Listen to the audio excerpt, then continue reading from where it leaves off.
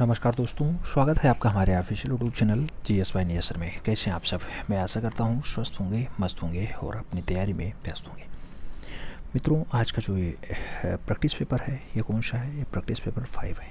किसके लिए है? GS के लिए है। GS यानी जनरल स्टडीज़, सामान्य अध्ययन जहाँ भी पूछा जाता है वहाँ के लिए है। इसमें art and culture, history, polity, economy, geography, science, आपका एनवायरनमेंट, आपका यूपी स्पेशल, इसमें करंट अफेयर सब कुछ समाहित है। 150 क्वेश्चंस हैं। आप जानते हैं यूपी पीसीएस में पेपर 1 में आपका 150 क्वेश्चंस पूछा जाता है और इससे पहले 5 क्लासेज हो चुकी हैं। अगर आपने 4 प्रैक्टिस पेपर नहीं देखे हैं देख लीजिएगा, ये 5वां प्रैक्टिस पेपर है। उम्मीद है समझ में आएगा। बहुत इंपॉर्टेंट है मित्रों, हूबहू आपको परीक्षा में छपने हुए क्वेश्चंस दिखाई दे जाएंगे। तो जल्दी से उबार उठा लो और आओ टेस्ट देते हैं। पहला क्वेश्चन आपसे क्या कह रहा है? कह रहा है मित्रों, भारत में मानव अस्थिपंजर सर्वप्रथम किस काल में मिले? नाम दिया गया निम्न पूर्व पाषाण काल, मध्य पाषाण काल, उच्च पूर्व पाषाण युग या फिर नवपाषाण युग। आपको सही जवाब देना है मित्रों। सही जवाब की अगर बात करते हैं, मध्य पाषाण काल की शुरुआत 10,000 ईसा पूर्व से होती है। आप ये तो जानते ही हैं।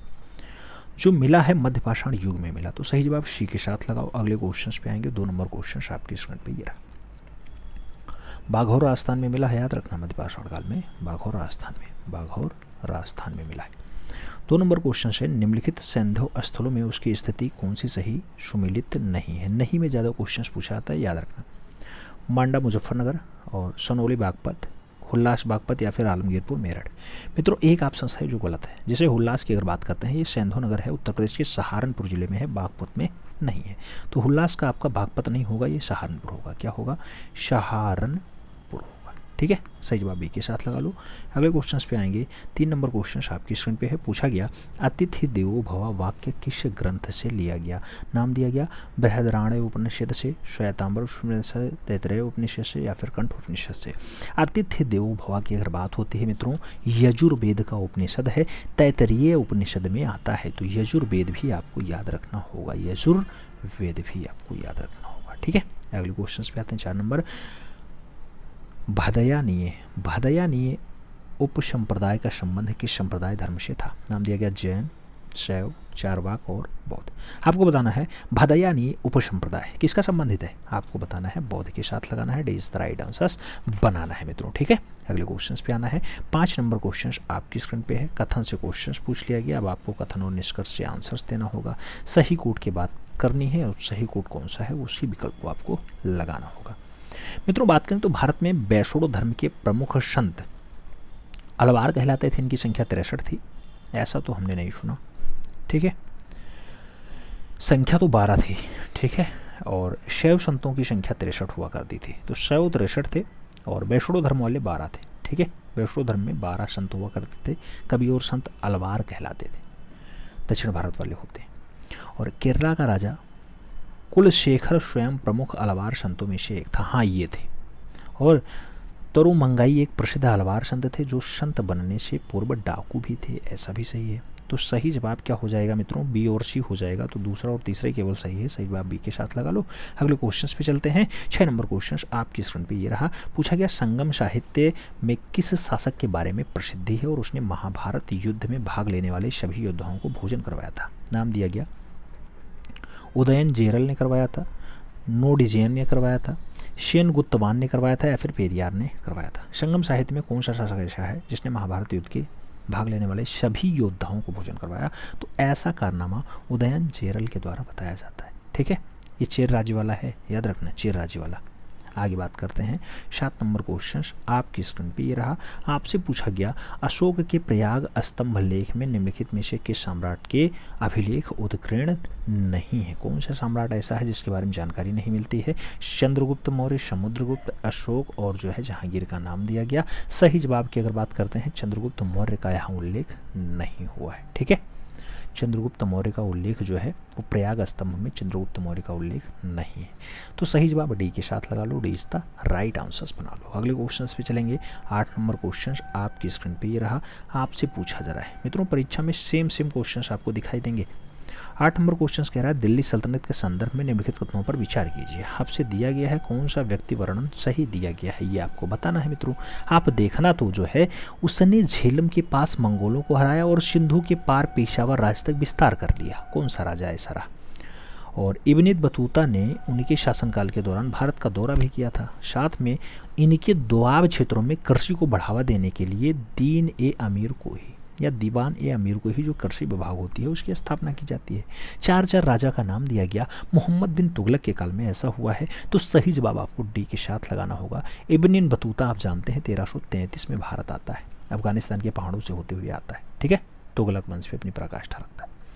आगे बात करेंगे, अगला क्वेश्चन आएगा 9 नंबर क्वेश्चन आपकी स्क्रीन पे पूछा गया, किस विजयनगर शासक ने तुंगभद्रा नदी पर बांध का निर्माण करवाया था? नाम दिया गया कृष्ण देवराय ने करवाया, देवराय प्रथम ने करवाया, राम राय के द्वारा करवाया गया, फिर हरिहर के द्वारा करवाया गया। मित्रों आप देखना, देवराय प्रथम जो 1406 से 1422 तक शासन करते हैं, उन्हीं के द्वारा जो है संगम वंश के राजा थे, इन्होंने जो है ऐसा कारनामा करवाया था।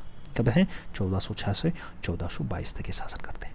आगे बात करेंगे 10 नंबर क्वेश्चन, कहा गया किस सूफी संत ने सिकंदर लोदी और बाबर को पत्र लिख करके भारत में शरिया लागू करने की मांग की थी?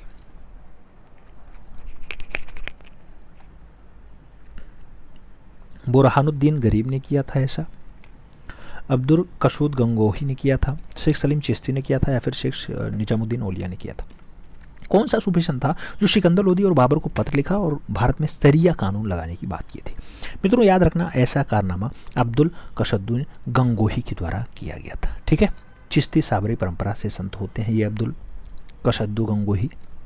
सिकंदर लोदी और बाबर को पत्र लिखा था, भारत में शरिया कानून लगाने की मांग कर ली थी। आगे बात करेंगे, अगला क्वेश्चन आएगा 11 नंबर क्वेश्चन।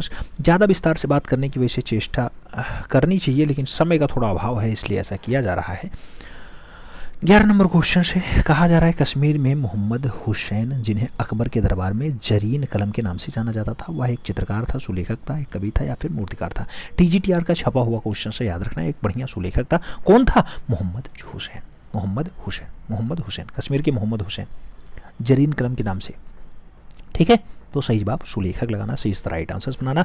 12 नंबर क्वेश्चन पे आ जाओ मित्रों। 12 नंबर क्वेश्चन आपका क्या कह रहा है? कह रहा है निमात नामा की सचित्र पांडुलिपि भारत की फारसी शैलियों का मिश्रण है, यह है।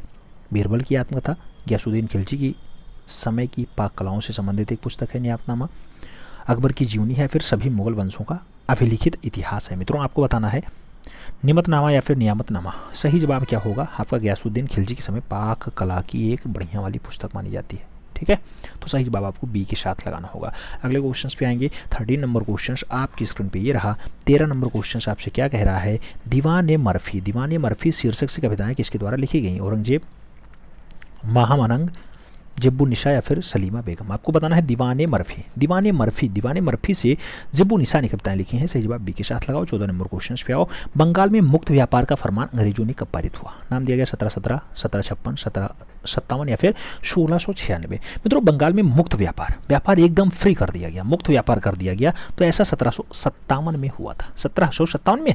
अरे नहीं यार, 1715 में कंपनी आती है, 1717 में होता है। सही जवाब फर्स्ट के साथ लगाना होगा। मुक्त व्यापार की जो अभिकल्पना होती है ईस्ट इंडिया कंपनी के द्वारा जारी की जाती है, तो 1717 लगाना। ठीक है, फर्स्ट के साथ आंसर्स लगाओ। अगले क्वेश्चन पे आओ। 15 नंबर क्वेश्चन आपकी स्क्रीन पे है। आपसे क्या पूछ रहा है?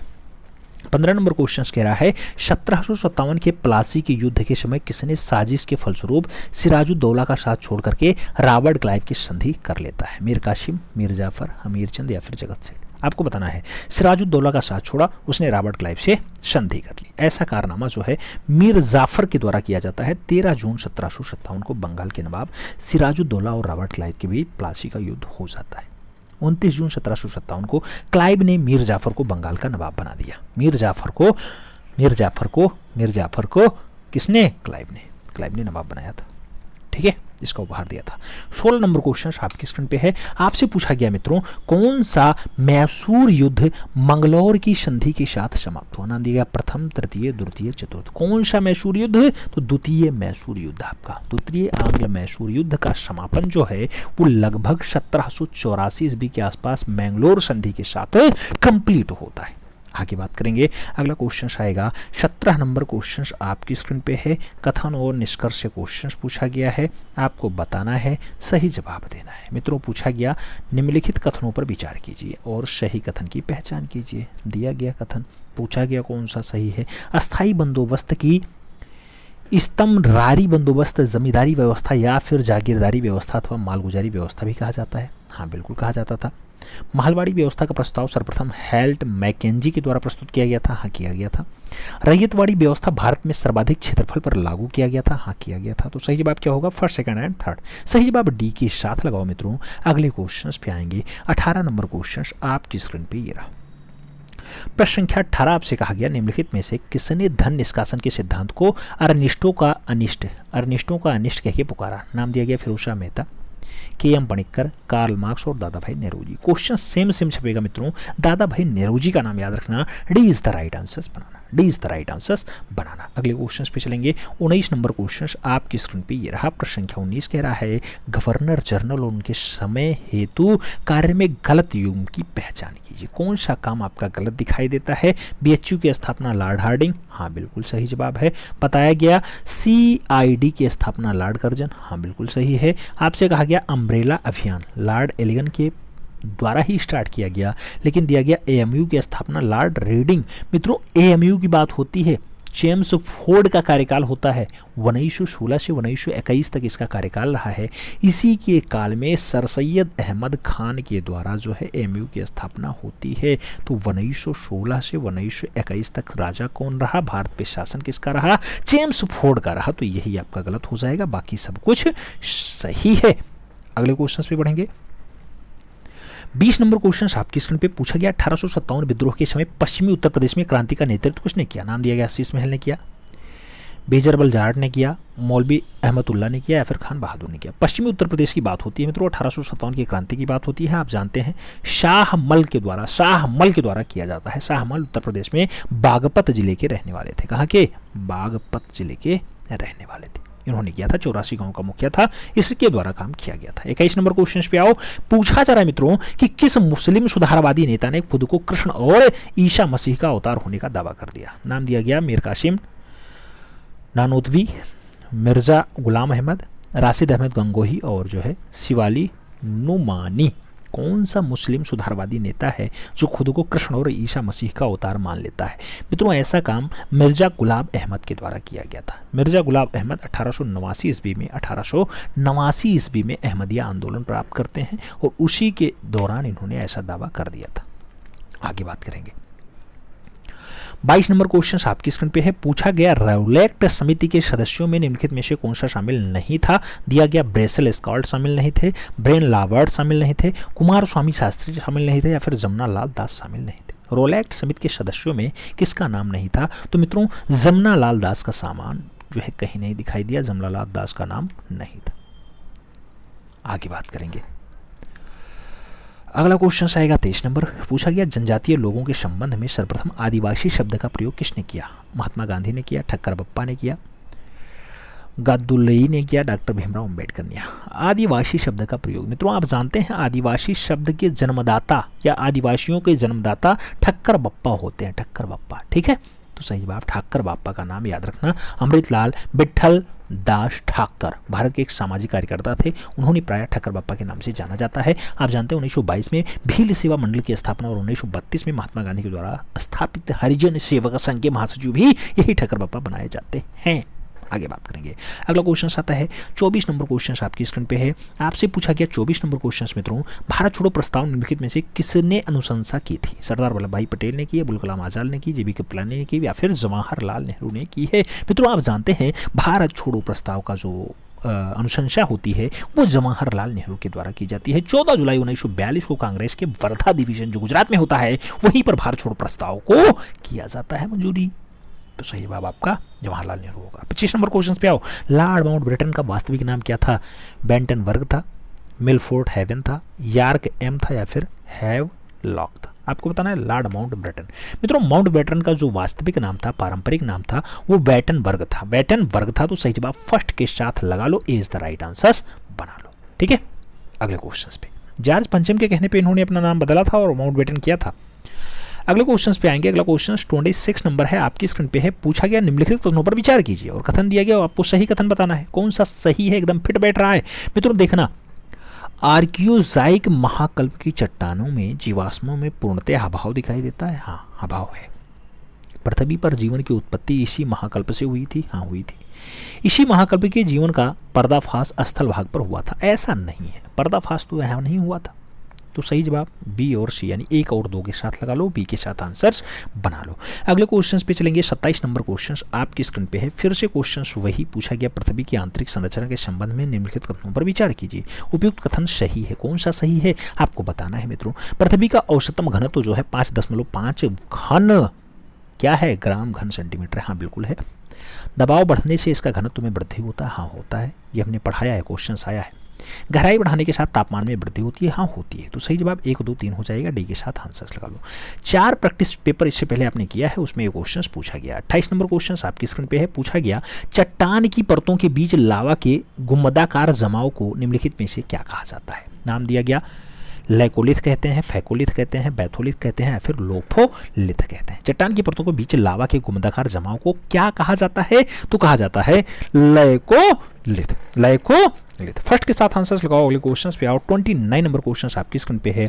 डागर बैंक, जार्जे बैंक आदि प्रमुख मत्स्य क्षेत्र निम्नलिखित में से किसका भाग है? नाम दे दिया गया है, महाद्वीपीय मग्न तट का भाग है, गहरे सागरीय मैदान का भाग है, महाद्वीपीय मनढाल का भाग है, या फिर महासागरीय गर्त का भाग है। अब देखना तो डागर बैंक और जार्जन बैंक जो है ये महाद्वीपीय मग्न तट के भाग होंगे। तो सही जवाब फर्स्ट के साथ लगाना, ए इज द राइट आंसर्स बनाना।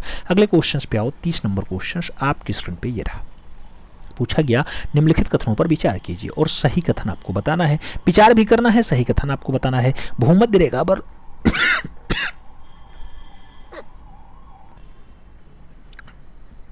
कथन पे विचार करिए मित्रों और सही कथन बताना है। भूमध्य रेखा पर सूर्य की किरणें वर्ष भर लंबवत पड़ती हैं। हाँ ये तो पड़ती हैं।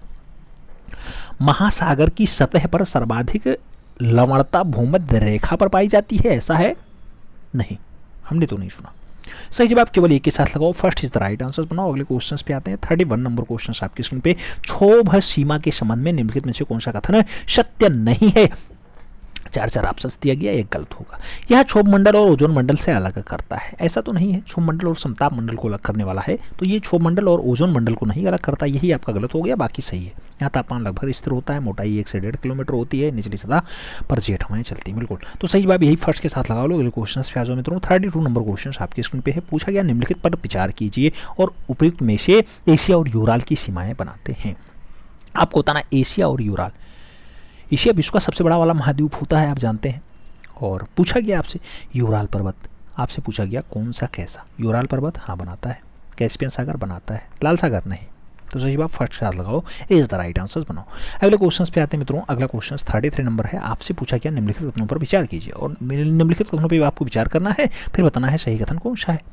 4 ऑप्शन दिए गए हैं, आपको बताना है हिमालय विश्व का सबसे ऊंचा पर्वत है? हाँ ये तो है। और पूछा गया कुर्दिस्तान पर्वत श्रेणी ईरान में स्थित है? कुर्दिस्तान आपसे पूछा जा रहा है। कुर्दिस्तान जो है ये ईरान में नहीं है, इराक में है। कहाँ पर है? इराक में है। तो ये आपका गलत हो गया। बाकी फ्यूजीयामा जापान का सबसे बड़ा पर्वत होता है? हाँ होता है। तो 1 और 3 सही है, यानी फर्स्ट के साथ नहीं, सी के साथ आंसर लगाओ, सी इज द राइट आंसर बनाओ। अगले क्वेश्चन पे आते हैं। 34 नंबर क्वेश्चन आपकी स्क्रीन पे ये रहा। पूछा गया मित्रों निम्नलिखित युग्मों पर विचार कीजिए और दिया गया सही सुमेलित कीजिए। युग्म है, सही सुमेल बताना है। और तारामीन बेसिन चीन में पाया जाता है? हाँ पाया जाता है। मेनाम का मैदान इंडोनेशिया में है? मेनाम की अगर बात करते हैं मित्रों, ये थाईलैंड में है, इंडोनेशिया में नहीं है। कहाँ पे है? थाईलैंड में है, थाईलैंड में है। तो यही आपका गलत हो गया। बाकी इरावदी का मैदान जो है म्यांमार में है। इरावदी का मैदान बिल्कुल आपका है म्यांमार में। तो सही जवाब क्या होगा? 1 और 3 हो गए। सही जवाब सी के साथ लगाओ, सी इज द राइट आंसर्स बनाओ। अगले क्वेश्चन पे आते हैं। 35 नंबर क्वेश्चन आपकी स्क्रीन पे ये रहा। पूछा गया निम्नलिखित कथनों पर विचार कीजिए और नाम दिया गया सही कथन आपको बताना है। सही कथन क्या होगा मित्रों? भारत का देशांतरीय विस्तार 23 डिग्री है? हाँ है। नाम दिया गया भारत का सबसे पूर्वी बिंदु जो है अरुणाचल प्रदेश में स्थित है? आपको बताना है। हाँ बिल्कुल है। भारत की मानक समय रेखा 6 राज्यों से होकर गुजरती है मित्रों। 6 नहीं बल्कि ये 5 राज्य जाता है। कौन कौन सा राज्य होता है? उत्तर प्रदेश, मध्य प्रदेश, छत्तीसगढ़, उड़ीसा और आंध्र प्रदेश से गुजरती है। तो आप जानते हैं सबसे उत्तरी बिंदु इंदिराकाल होता है, सबसे दक्षिणी बिंदु इंदिरा पॉइंट होता है जिसे पिग्मेलियन पॉइंट कहा जाता है। भारत का सबसे पश्चिमी और गहरा वाला तो भारत का सबसे पश्चिमी बिंदु कौन सा होता है? गुहारा मोती जो गुजरात में है मित्रों, वो याद रखना। अक्षांशीय विस्तार क्या है? 8 डिग्री 4 मिनट से लेकर के 37 डिग्री 6 मिनट उत्तरी अक्षांश तक आपका भारत का अक्षांशीय विस्तार हो जाता है। तो सही जवाब क्या बनेगा? आपका सही जवाब 1 और 2 के साथ बनेगा। First is the right answer लगाओ। अगले क्वेश्चन पे आते हैं। 36 नंबर क्वेश्चन आपकी स्क्रीन पे। दक्षिण के प्रायद्वीपीय पठार के संबंध में निम्नलिखित कथनों पर विचार कीजिए। आपको सही कथन बताना है। 4 ऑप्शंस दिए गए हैं, सही कथन कौन सा है आपको बताना है मित्रों। यह गोंडवाना लैंड का एक भाग है, हाँ है। यह आर्कियन युग की अवसादी चट्टानों से निर्मित है, नहीं, अवसादी चट्टानों से नहीं है। आप जानते हैं गोंडवाना लैंड का तो ये भाग है, लेकिन ये प्रायद्वीपीय भारत का प्राचीन भूखंड से निर्मित है और ये प्राचीन चट्टानों से बना हुआ है, तो ये अवसादी से नहीं बना है। यह चट्टानों का रूपांतरण सच दिखाई देता है, हाँ दिखाई देता है। तो सही जवाब क्या होगा? 1 और 3 होंगे। सी के साथ आंसर्स लगाओ। अगले क्वेश्चन पे आते हैं। 37 नंबर क्वेश्चन आपकी स्क्रीन पे ये रहा। 37 नंबर क्वेश्चन आपकी स्क्रीन पे ये रहा। पूछा गया निम्नलिखित युग्मों में से कौन सा सही सुमेलित नहीं है? दिया गया है, ऑप्शंस दिया गया है, आपको सही जवाब लगाना है मित्रों। कौन सा सही सुमेलित नहीं है? अन्नामुलाई केडना में है, अन्नामुलाई गणना में, हाँ बिल्कुल है। गुरु शिखर राजस्थान में है, गुरु शिखर राजस्थान में है। कासासुबाई महाराष्ट्र में, हाँ है। और जो है डेटा बेट्टा है ये कर्नाटक में है मित्रों। जब डेटा बेट्टा की आती है बात तो आप जानते हैं ये डेटा बेट्टा कर्नाटक में नहीं है, ये तमिलनाडु में है, तमिलनाडु में है। तो सही जवाब क्या हो जाएगा? यही आपका गलत हो जाएगा। डी के साथ आंसर्स लगाना। गुरुशिखा आपकी अरावली वाली है, राजस्थान वाला है। धूपगढ़ आपका सतपुड़ा मध्य प्रदेश वाला है। कलासुबाई की अगर बात करते हैं सहस्त्री वाला है आपका महाराष्ट्र में बनता है। अन्नामुंडाई आपका जो है ये केरला वाला होता है। महेंद्रगिरी जो पूर्वी घाट वाला है ये आपका आंध्र प्रदेश में पाया जाता है मित्रों, याद रखना। अगले क्वेश्चन पे चलेंगे। 38 नंबर क्वेश्चन आपकी स्क्रीन पे है। निम्नलिखित में से कौन सी विशेषता हिमालयी नदियों से संबंधित नहीं है? आपसे पूछा गया है कौन सा हिमालयी नदी से संबंधित नहीं है। ये सतत वाहनी नदियाँ होती हैं, हाँ होती हैं। इसके मार्ग परिवर्तन की प्रवृत्ति पाई जाती है, हाँ पाई जाती है। ये गाद का अफवाह नहीं करती हैं, यानी सिल्ट नहीं बनाती हैं मित्रों। यही तो दिक्कत है, यही आपका गलत हो गया। बाकी इसके जल ग्रहण बहुत ज़्यादा होते हैं, बड़े होते हैं, तो बिल्कुल। तो सही जवाब आपका सी के साथ लगाओ, यही आपका नहीं संबंधित है, बाकी सब कुछ हैं। तो सही जवाब सी के साथ लगा लो। अगले क्वेश्चंस पे आ जाओ। 39 नंबर क्वेश्चन आपकी स्क्रीन पे। निम्नलिखित में से कौन सी परियोजना देश में पहली नदी घाटी परियोजना है? आपको बताना है पहली नदी घाटी परियोजना देश की कौन सी है। भाखड़ा नागल है, दामोदरी घाटी है, हीराकुंडा है या फिर कोशी परियोजना? मित्रों भारत की पहली तो दामोदर घाटी परियोजना, दामोदर घाटी नदी परियोजना जो है पहली परियोजना होती है। आपको सही जवाब किसके साथ लगाना है? फर्स्ट के नहीं, बी के साथ आंसर्स लगाओ। 20 राइट आंसर्स बनाओ। 40 नंबर क्वेश्चन पे आओ। ग्रीष्म ऋतु के दौरान पूर्वी मानसून वर्षा लेकर के केरला के स्थान के तौर पे कहा जाता है। आम्र वर्षा, चेरी वर्षा, काफी वर्षा या फिर बारदोली छेड़ा? आपको सही जवाब बताना है। तो ये आम्र वर्षा के नाम से जाना जाता है। फर्स्ट के साथ आपको आंसर्स लगाना होगा। 41 नंबर क्वेश्चन पे आना होगा। काली मृदा के संबंध में निम्नलिखित कथनों पर विचार कीजिए और बताना है सही कथन कौन सा है। काली मृदा की बात होती है मित्रों, सही जवाब बताना है। इसमें लोहे की अंशतः अपेक्षतः अधिक होती है, लोहा ज्यादा होता है। इसका निर्माण बेसाल्टिक लावा के विखंडन से हुआ, हाँ हुआ है। इसे रेगुर भी कहा जाता है, बिल्कुल कहा जाता है। तो सही जवाब क्या हो जाएगा? डी के साथ बनेगा। D is the right answers लगाना पड़ेगा। कपास बहुत बढ़िया बनाता है, ठीक है, इसलिए कपासी मित्र भी इसे कहा जाता है, काली मृदा को। मिट्टी की बात हो रही है, याद रखना। अगला क्वेश्चन 42 नंबर है। आपसे पूछा गया निम्नलिखित में से कौन सा भारत में सदाबहार वनों के प्रमुख क्षेत्र होते हैं और दिया गया सही क्रम में व्यवस्थित कर दीजिए। दिया गया पश्चिमी घाट। मित्रों पश्चिमी घाट की बात हो रही है, हाँ होता है। हिमालय की तराई, हाँ होता है, सदाबहार वन पाए जाते हैं। असम का पर्वतीय क्षेत्र पाया जाता है। तो सही जवाब डी के साथ लगा लो। D is the right answers बना लो। आप जानते हैं पश्चिमी घाट में भी पाया जाता है, हिमालय की तराई में भी पाया जाता है, अंडमान निकोबार द्वीप समूह में भी पाया जाता है, असम, मेघालय, त्रिपुरा, मिजोरम और मणिपुर में भी आपको दिखाई दे जाता है। तो सही जवाब आपको डी के साथ लगाना होगा। अगले क्वेश्चन पे आना होगा। 43 नंबर क्वेश्चन आपकी स्क्रीन पे पूछा गया निम्नलिखित में से कौन सा बाघ रिजर्व जो है कर्नाटक राज्य में अवस्थित नहीं है? कौन सा है ऐसा जो कर्नाटक में नहीं है? बांदीपुर है, नागरहोल है, सत्यमंगलम है और भद्रा है। आप जानते हैं मित्रों बांदीपुर, नागरहोल, भद्रा, ये जो दांदेली, अंसी, ये सब टाइगर रिजर्व आपके कर्नाटक राज्य में स्थित होते हैं। सत्यमंगलम टाइगर रिजर्व की बात करते हैं, कर्नाटक में नहीं है, ये तमिलनाडु में है। कहाँ पे है? तमिलनाडु में, तमिलनाडु, याद रखना। मानस असम में होता है, काजीरंगा असम में होता है, वाल्मीकि बिहार में होता है, इंद्रावती आपका छत्तीसगढ़ में पाया जाता है, पेरियार केरला में पाया जाता है, बांधवगढ़ आपका मध्य प्रदेश में पाया जाता है, दुधवा आपका उत्तर प्रदेश में है और जिम कार्बेट आपका उत्तराखंड में पाया जाता है, याद रखना। अगला क्वेश्चन 44 नंबर आपकी स्क्रीन पे है। पूछा गया भूकंप आने से पूर्व वायुमंडल में निम्नलिखित में से किस गैस की अधिकता हो जाती है? जीजान की होती है, हीलियम की होती है, रेडान की होती है या फिर आर्गन की होती है? सही जवाब बताओ। भूकंप आने से पूर्व वायुमंडल में निम्नलिखित में से कौन सी गैस की अधिकता हो जाती है? तो अधिकता होती है रेडान की। सही जवाब बी के साथ लगाओ। अगले क्वेश्चंस पे आते हैं। 45 नंबर क्वेश्चन। हरित क्रांति के संबंध में निम्नलिखित कथनों पर विचार कीजिए। आपको बताना है सही कथन कौन सा है हरित क्रांति के लिए। मित्रों इस समय भारत में प्रधानमंत्री इंदिरा गांधी थी, हाँ बिल्कुल थी। इस समय खाद्य और कृषि मंत्री बी शिवरमन थे। अरे बी शिवरमन तो हमने नाम नहीं सुना है कि वो रहे हों, लेकिन खाद्य और कृषि मंत्री के लिए एस जी सुब्रमण्यम का नाम हमने सुना था, तो सी सुब्रमण्यम नाम याद रखना, ठीक है। हरित क्रांति, और हरित क्रांति के संबंध में प्रमुख वैज्ञानिक जो है एम एस स्वामीनाथन थे, तो यही दूसरा आपका गलत है, 1 और 3 सही है। सही जवाब सी के साथ लगा लो। अगले क्वेश्चन पे चलते हैं। अगला क्वेश्चन 46 नंबर आपकी स्क्रीन पे ये रहा। क्या पूछा जा रहा है आपसे 46 नंबर क्वेश्चन में? मध्य प्रदेश के बालाघाट छिंदवाड़ा पेटी है निम्नलिखित में से किस खनिज के लिए बढ़िया पाई जाती है, उपयुक्त है? लोहा, तांबा, कोयला और मैग्नीज। आपको बताना मध्य प्रदेश का बालाघाट छिंदवाड़ा पेटी जो है ये मैग्नीज के लिए जानी जाती है, तो सही जवाब आपको डी के साथ लगाना होगा, D is the right answer बनाना होगा। अगले क्वेश्चन पे आते हैं 47 नंबर क्वेश्चन। निम्नलिखित में से कौन सा युग्म सुमेलित नहीं है? 4 युग्म दिए गए, एक आपका गलत है। कौन सा है? नवीली ताप विद्युत ग्रह परियोजना आपका तमिलनाडु वाला है, सही है। कोरोबा ताप विद्युत परियोजना आपका ये दिया गया कहाँ पे? उड़ीसा में। ये उड़ीसा में नहीं है मित्रों, ये छत्तीसगढ़ में है। कहाँ पे है? छत्तीसगढ़ में, याद रखना। यही आपका गलत हो गया, बाकी सभी सही है, ये आपका गलत हो गया। बाकी हरदुआगंज ताप विद्युत परियोजना उत्तर प्रदेश का है, और रामागुड़म ताप विद्युत परियोजना है वो आपका आंध्र प्रदेश में पाया जाता है। रिहन ताप विद्युत परियोजना आप जानते हैं उत्तर प्रदेश का है। हरदुआगंज ताप विद्युत परियोजना आप जानते हैं उत्तर प्रदेश का है। इसके साथ अगर कुछ और बात करें, सतपुड़ा विद्युत परियोजना मध्य प्रदेश का होता है, तलचर ताप विद्युत परियोजना उड़ीसा का होता है, सिंगरौली ताप विद्युत परियोजना उत्तर प्रदेश का है, ओबराय ताप विद्युत परियोजना या फिर ओबरा ताप विद्युत परियोजना उत्तर प्रदेश का होता है, रामागुड़म ताप विद्युत परियोजना आपका आंध्र प्रदेश का है। तो आपका सही जो है गलत सुमेलित कौन सा है? बी के साथ है।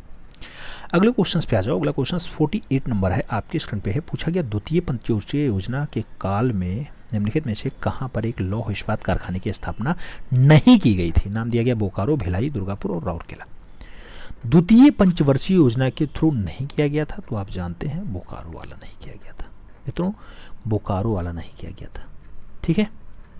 दुर्गापुर, भिलाई और राउरकेला आपका उड़ीसा वाला होता है, सुंदरगढ़ जिला में है, जर्मनी के सहयोग से चल रहा है। भिलाई आपका छत्तीसगढ़ वाला होता है, दुर्ग जिले में है, सोवियत संघ से चल रहा है।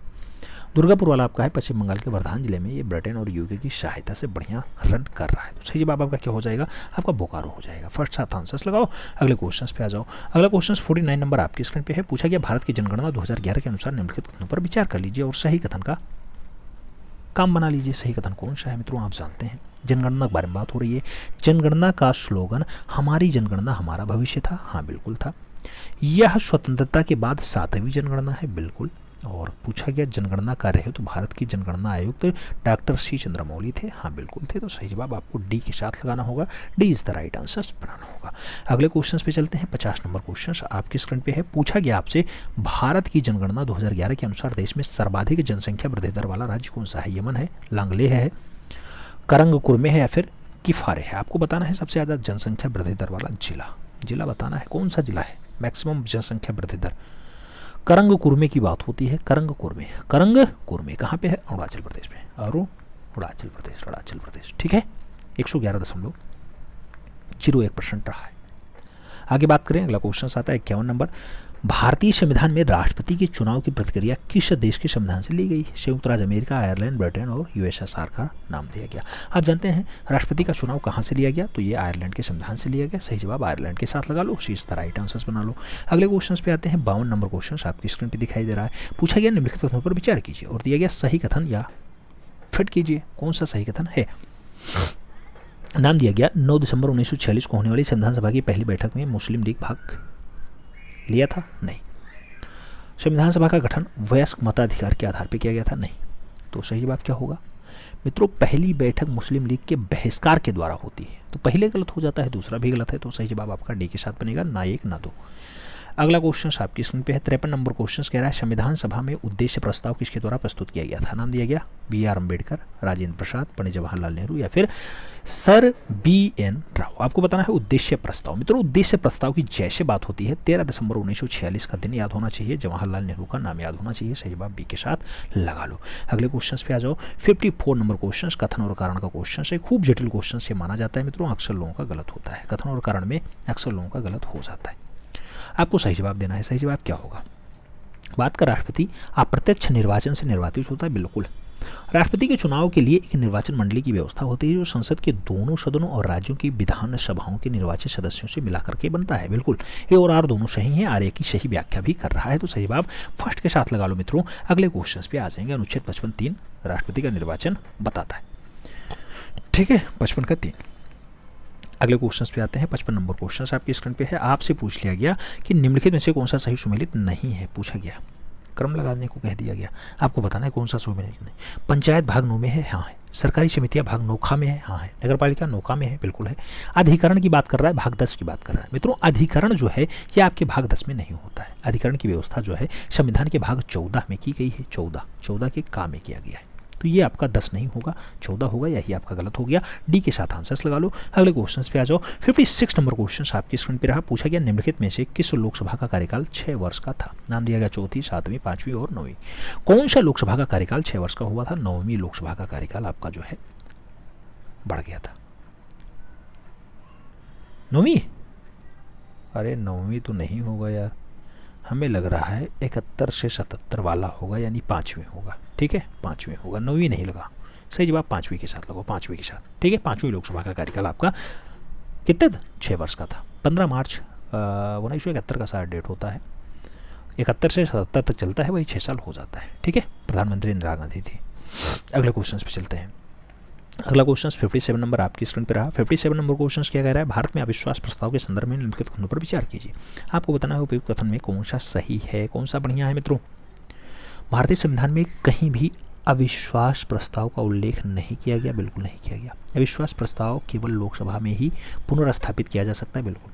अविश्वास प्रस्ताव लाने हेतु न्यूनतम 50 सदस्यों का समर्थन अनिवार्य है, बिल्कुल। तो सही जवाब डी के साथ लगा लो मित्रों, यही आपका सही बैठेगा। D is the right answer हो जाएगा। अगले क्वेश्चन पे चलेंगे। 58 नंबर क्वेश्चन आपकी स्क्रीन पे है। क्या पूछ रहा है 58 नंबर क्वेश्चन आपसे कह रहा है मित्रों 58 नंबर क्वेश्चन कि पंचायती राज सम्मिलित किया गया राज्य सूची से, समवर्ती सूची से, संघ सूची से या फिर अवशिष्ट सूची से। पंचायती राज की बात होती है, आप जानते हैं मित्रों पंचायती राज राज्य सूची का हिस्सा होता है। 73वां संविधान संशोधन होता है जो 1992 में आता है, उसमें से जो है शामिल किया जाता है।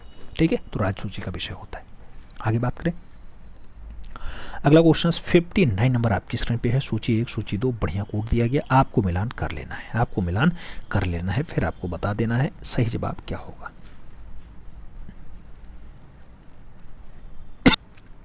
सूची 1, सूची 2 दल बदल कानून। मित्रों दल बदल कानून जो है ये 52वां संविधान संशोधन के द्वारा आता है। 18 साल कर दिया जाता है। क्या किया जाता है, 1885 में है, 1985 में आता है। दल बदल कानून आपका जो है दल बदलने के लिए होता है। मताधिकार की आयु की अगर बात करते हैं, मताधिकार की जो आयु है 61वां संविधान संशोधन के द्वारा की जाती है, 21 साल से घटाया जाता है और कितना किया जाता है, 18 वर्ष कर दिया जाता है मत देने की आयु। तो बी का पहला 1 में आता है। सही जवाब फर्स्ट के साथ लगा लो मित्रों। न्यायिक पुनरीक्षण की शक्ति की अगर बात करते हैं, ये जो आता है ये 38वां संविधान संशोधन होता है तब आता है। और जो आपका राज्य का पुनर्भाषित किया गया है ये 18वें संविधान संशोधन के द्वारा परिसीमन में किया गया है, जो 1966 में किया गया, 1966 में किया गया। अगले क्वेश्चन पे आए। पहला आंसर्स लगा लेना, first is the right answers बना लेना। अगले क्वेश्चन पे चलेंगे। अगला क्वेश्चन 60 नंबर आपकी स्क्रीन पे ये रहा। पूछा गया भारत के नियंत्रक और महालेखा परीक्षक कार्यकाल होता है 5 साल, 4 साल, 6 साल, उपयुक्त में से कोई नहीं। भारत के नियंत्रक और महालेखा परीक्षक का कार्यकाल होता है, आपको बताना है मित्रों 6 साल का होता है। याद रखना 148(3) के अनुसार 6 साल का होता है। ठीक है, 6 वर्ष हो जाए या फिर 65 साल हो जाए, दोनों में से जो पहले हो जाए। अगले क्वेश्चन पे आ जाओ। 61 नंबर क्वेश्चन आपसे कह रहा है निम्नलिखित कथनों पर विचार कीजिए और दिया गया आधार पे उपयुक्त कथनों में से कौन सा सही है ये आपको बता देना है। कथन पे विचार करना है, सही बता देना है। किसी राज्य के राज्यपाल के विरुद्ध पदावधि के दौरान किसी न्यायालय द्वारा जारी दांडिक कार्यवाही नहीं की जा सकती, बिल्कुल नहीं की जा सकती अगर वो पद पे है। किसी राज्य के राज्यपाल की परलिब्धि और भत्ते उसकी पदावधि के दौरान कम नहीं किए जा सकते हैं। क्या ऐसा है, क्या ऐसा है? हाँ है, कभी भी घट नहीं सकता। तो दोनों एकदम सही हैं, सी के साथ आंसर्स लगाओ। अगले क्वेश्चन पे आते हैं। अगला क्वेश्चन 62 नंबर आपकी स्क्रीन पे है। भारत की संचित निधि का प्रावधान किस अनुच्छेद के तहत किया गया है? 266, 268, 267 या फिर 269। मित्रों एकदम फिक्स क्वेश्चन से पूछा गया क्वेश्चन से याद रखना, संचित निधि 266 में आती है। फर्स्ट के साथ आंसर्स लगाना होगा, इज द राइट आंसर्स बनाना होगा। अगले क्वेश्चन पे आते हैं। 63 नंबर क्वेश्चन से कथन और कारण से क्वेश्चन है मित्रों। क्वेश्चन थोड़ा टफ है, आपको सही जवाब देना है। क्वेश्चन कह रहा है संविधान के अनुच्छेद 129 के द्वारा उच्चतम न्यायालय अभिलेख न्यायालय है। हाँ बिल्कुल है। उच्चतम न्यायालय को अवमानना के मामले में दंड देने की शक्ति प्राप्त है। हाँ प्राप्त तो है। क्वेश्चन से यार दोनों सही है, आर ए की सही व्याख्या करता है नहीं। यार दोनों सही, परंतु आर ए की व्याख्या नहीं करता, यही आपका कथन सही होगा, बाकी सभी गलत है। तो सही जवाब आपका बी के साथ बनेगा, B is the right answer हो जाएगा। मित्रों अगले क्वेश्चन पे चलेंगे। 64 नंबर क्वेश्चन आपकी स्क्रीन पे है। आपसे पूछा गया निम्नलिखित कथनों में से कौन सुमेलित नहीं है। दिया गया अनुच्छेद और प्रावधान, एक कोई गलत है, आपको वही ढूंढना है। 243 में पंचायतों की संरचना के बारे में बताया गया, हाँ बताया गया। 243 में पंचायतों का आरक्षण है, हाँ है। 243 में पंचायतों के करारोपण की शक्ति दी गई है, हाँ है। 243 में सदस्यों के लिए निहरता की बात की गई है। 243 में पंचायतों के वित्तीय स्थिति के पुनरावलोकन के लिए वित्त आयोग के गठन का प्रावधान करने की बात की गई है। सदस्यों की निहरता की बात नहीं की गई, तो यही आपका गलत हो जाएगा। डी के साथ सही जवाब लगा लो मित्रों। डीप में क्वेश्चंस पूछेगा, हल्के में नहीं पूछता है। अगला क्वेश्चन, राष्ट्रपति को पद से हटाने के लिए महाभियोग का प्रस्ताव या प्रावधान संविधान के कौन से अनुच्छेद में किया गया। 72 में, 62 में, 61 में या फिर 69 में। राष्ट्रपति को हटाना है, महाभियोग लाना है तो अनुच्छेद 61 याद होना चाहिए। 61 नंबर से काम बनेगा। अगला क्वेश्चन 66 नंबर है। 66 नंबर क्वेश्चन आपसे क्या कह रहा है, कह रहा है धन विधेयक के संदर्भ में निम्नलिखित कथनों पर विचार कीजिए। दिया गया कौन सा कथन सही है। धन विधेयक की अगर बात होती है मित्रों, तो यह संविधान का 110 या अनुच्छेद 110 धन विधेयक का प्रावधान करता है, हाँ करता है। यह संसद के किसी भी सदन में लाया नहीं, किसी भी सदन में तो बात नहीं होती है। राष्ट्रपति इसे स्वीकार या अस्वीकार कर सकता है, लेकिन संसद की पुनर्विचार के लिए नहीं लौटा सकता है, ये भी सही है। तो सही जवाब आपका क्या बनेगा, फर्स्ट और थर्ड। तो सही जवाब डी के साथ लगाओ, B is the right answers बनाओ मित्रों। अगले क्वेश्चन पे चलते हैं। 67 नंबर क्वेश्चन आपकी स्क्रीन पे है। पूछा गया अंतर्राज्यीय परिषदों का प्रावधान किस अनुच्छेद के तहत किया गया। नाम दिया गया 262 के तहत, 261 के तहत, 263 के तहत या फिर 267 के तहत। अंतर्राज्यीय परिषदों की अगर बात होती है, आप जानते हैं 263 में किया गया है अंतर्राज्यीय परिषद की बात। तो सही जवाब बी के साथ लगाओ, B is the right answer बनाओ। क्वेश्चन छपेगा मित्रों, याद रखना।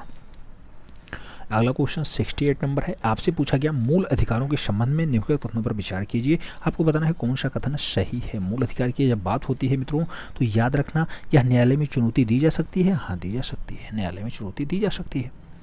यह अधिकार भारत और विदेशी दोनों नागरिकों को प्राप्त है, हाँ प्राप्त है। सही जवाब सी के साथ लगा लो। अगले क्वेश्चन पे आ जाओ। अगला क्वेश्चन 69 नंबर है। आपसे फिर से मेल करने और कोर्ट से क्वेश्चंस पूछ लिया गया। सही जवाब आपको देना है। सूची 1, सूची 2 सही माध्यम में आपको जवाब देना है मित्रों। सही जवाब एकदम फिट कौन बैठा पाएगा, आपको बताना है। अनुच्छेद 60, अनुच्छेद 60 की जैसे बात आती है, राष्ट्रपति द्वारा शपथ की बात होगी, तो ए का पहला एकदम सही है। उसके बाद अनुच्छेद 90, राज्यसभा के उपसभापति को हटाने की बात हो रही है। स्पीकर को हटाना है, राज्यसभा का उपसभापति हटाना, यानी बी का आपको तीसरा लगाना होगा। बी का तीसरा किस में है, बी का तीसरा आपके पहले वाले ऑप्शंस में दिखाई दे रहा है, बी का तीसरा। तो बस यही सही हो गया। बाकी आप जानते हैं डी का दूसरा हो जाएगा, डी का दूसरा। अनुच्छेद 94 स्पीकर को हटाना है और अनुच्छेद 155 राज्यपालों की नियुक्ति है, तो डी का चौथा आपका बन जाएगा, सी का आपका दूसरा हो जाएगा। तो सही जवाब फर्स्ट के साथ लगा लो। अगले क्वेश्चन पे आते हैं। 70 नंबर क्वेश्चन आपकी स्क्रीन पे ये रहा। पूछा गया, क्या पूछा गया, पूछा गया निम्नलिखित में से कौन सही सुमेलित नहीं है। दिया गया है, ऑप्शंस दिए गए हैं, इसमें से एक गलत है।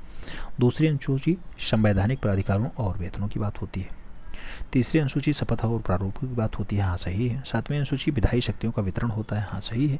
जबकि आपका 5वीं अनुसूची दिया गया राज्यसभा में सीटों का आवंटन। मित्रों राज्यसभा में सीटों का आवंटन तो नहीं है यहाँ पे। राज्यसभा में सीटों का आवंटन आप जानते हैं कि 4थी अनुसूची में किया गया है, ठीक है। और 5वीं अनुसूची की बात की जा रही, 5वीं अनुसूची जनजातियों से क्षेत्र में आती है। तो सही जवाब आपका यही हो जाएगा, यही सुमेलित नहीं है, D is the right answers लगाओ।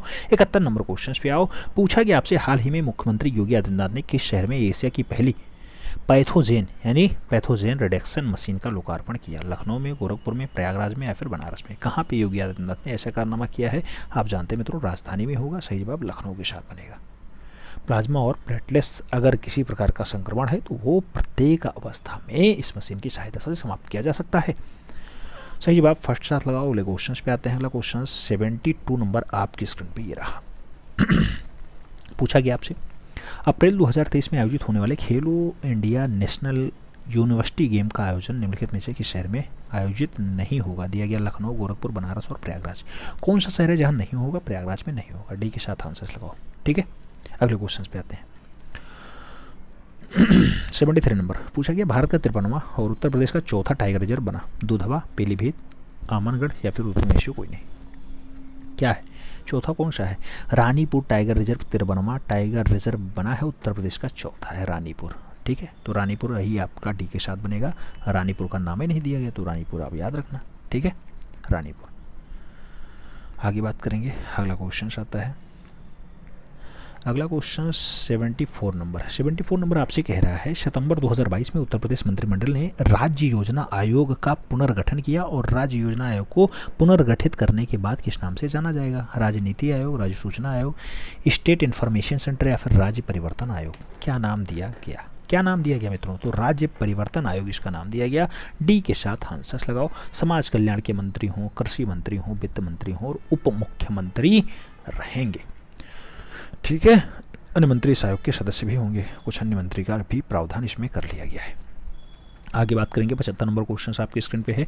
अभी पूछा गया आपसे, हाल ही में उत्तर प्रदेश के पहले फ्लोटिंग सोलर संयंत्र विद्युत उत्पादन शुरू किया गया है। फ्लोटिंग सोलर संयंत्र किस जिले में स्थित है? मिर्जापुर में, गोरखपुर में, सोनभद्र में, औरैया में? सही जवाब क्या बनेगा? सही जवाब आपका औरैया बनेगा। एनटीपीसी उत्तर प्रदेश के औरैया में स्थापित कर रहे सोलर संयंत्र का भाग है।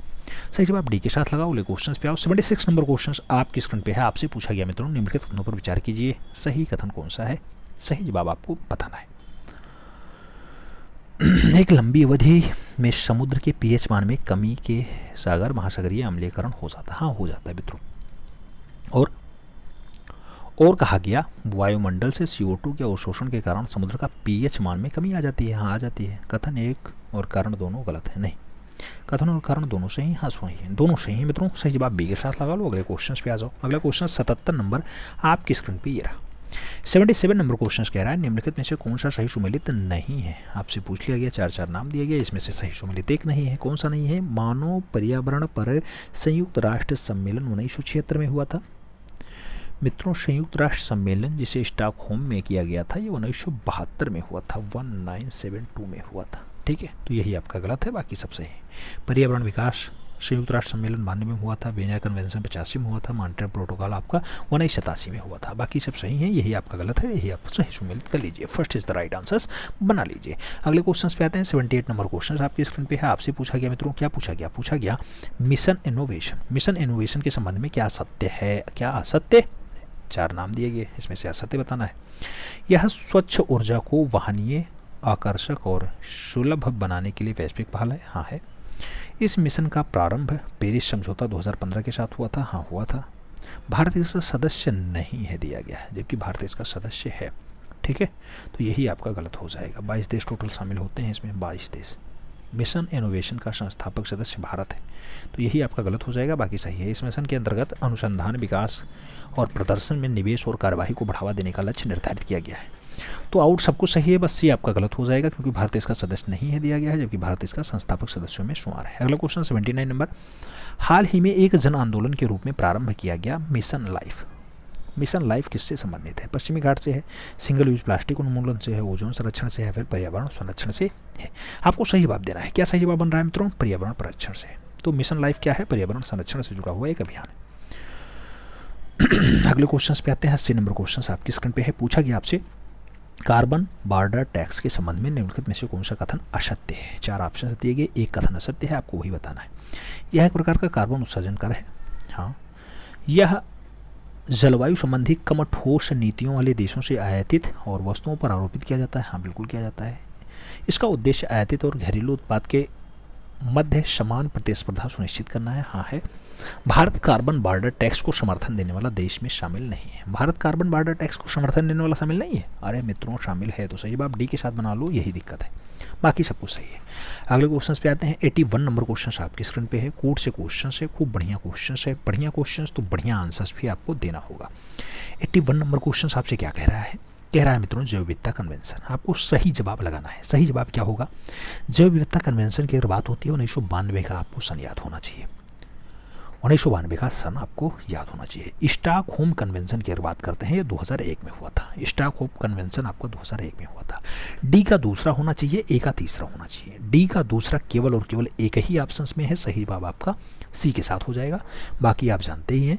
मिनीमाता कन्वेंशन 2013 में हुआ और साइट्स की अगर बात करते हैं 1973 में हुआ है। अगले क्वेश्चन पे आए।